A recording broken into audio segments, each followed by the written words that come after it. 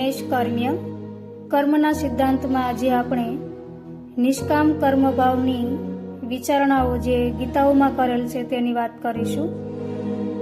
નૈષ્કર્મ્યમ લભતે સિદ્ધિમ રોચનાર્થ ફલશ્રુતિ.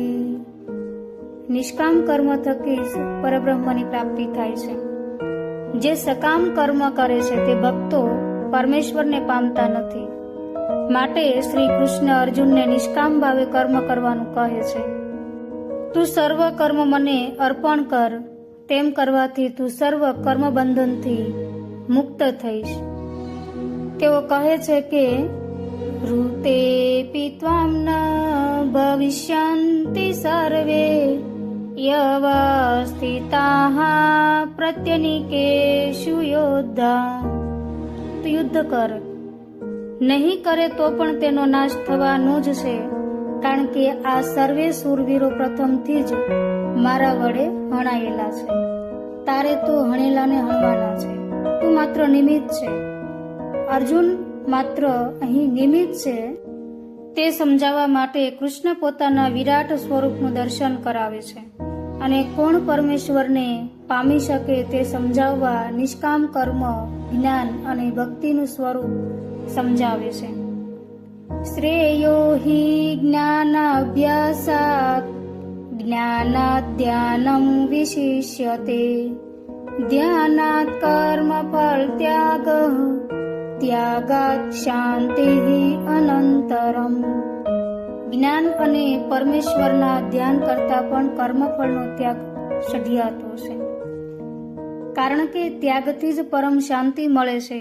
કર્મમાં કર્તાપણાનો ત્યાગ તથા અભિમાન રહિત થઈ કર્મ કરવા જણાવે છે.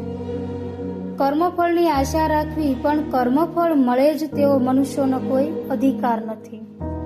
સર્વ ઇન્દ્રિયોને હઠપૂર્વક દબાવીને જે વ્યક્તિ પોતે જીતેન્દ્રિય હોવાનો ઢોંગ કરે છે તે મૂઢાત્મા છે.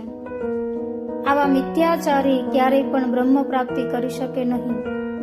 દુરાચારી સુધરી શકે, મિથ્યાચારી નહીં. જેને વાસ્તવિક બીમારી થઈ હોય તેનો ઈલાજ શક્ય છે, બીમારીનો ઢોંગ કરનાર વ્યક્તિનો નહીં. જેવી રીતે સ્પ્રિંગને દબાવવાથી તે ઉંચળે છે, તેમ ઇન્દ્રિયોને બહારથી દબાવવાથી તે બમણી પ્રબળ થાય છે. અંત સમય સુધી તે કામ વાસનાઓથી ઘેરાયેલી રહે છે અને માટે કૃષ્ણ કહે છે કે યસ્ત્વિન્દ્રિયાણિ મનસા નિયમ્યારભતે અર્જુન કર્મેન્દ્રિયૈઃ કર્મયોગં અસક્તઃ સ વિશિષ્યતે. મન વડે ઇન્દ્રિયોને વશ કરીને અનાસક્ત ભાવે કર્મયોગનું આચરણ કરવાનું કહે છે. નહીં કચ્ચિત ક્ષણમ અપી નહીં કચ્ચિત ક્ષણમપી જાતુ તિષ્ઠ્ય અકર્મકૃત. એક ક્ષણવાર પણ કર્મ કર્યા વિના કોઈ રહી શકતું નથી, કારણ કે કર્મ પ્રકૃતિગત છે. કદાચ કોઈ વ્યક્તિ કર્મેન્દ્રિયોને રોકે પણ ખરો, પરંતુ ઇન્દ્રિયોના વિષયનું તે સતત ચિંતન કરતો રહે છે. તેથી મનુષ્ય શરીર પર તો અંકુશ રાખવાનો જ છે, સાથે સાથે મન ઉપર પણ કાબુ રાખવો જરૂરી બની રહે છે.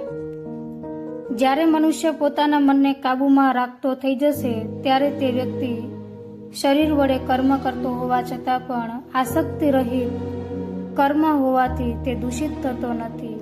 તે અયોગ્ય કર્મથી પર રહેશે. મનુષ્ય આત્માને શોભાવે તેવા જ કર્મો કરવા જોઈએ. માટે શાસ્ત્ર વિહિત સ્વધર્મ રૂપી કર્તવ્ય કર્મ કરવું જોઈએ, કારણ કે કર્મ ન કરવાથી તો શરીર નિર્વાહ પણ શક્ય નથી. જે વ્યક્તિ પોતાના કર્તવ્યનું પાલન નથી કરતો તે મનુષ્ય જીવન ફોગટ જ છે. માટે આસક્તિનો ત્યાગ કરી મારામાં શ્રદ્ધા રાખી મારા મતનું સર્વ પ્રકારે પાલન કરી પરાર્થે કર્મ કર. કર્મ કરવા છતાં પણ તે કર્મથી લેપાતો નથી અને આમ ન કરનાર નાશ જ પામે છે.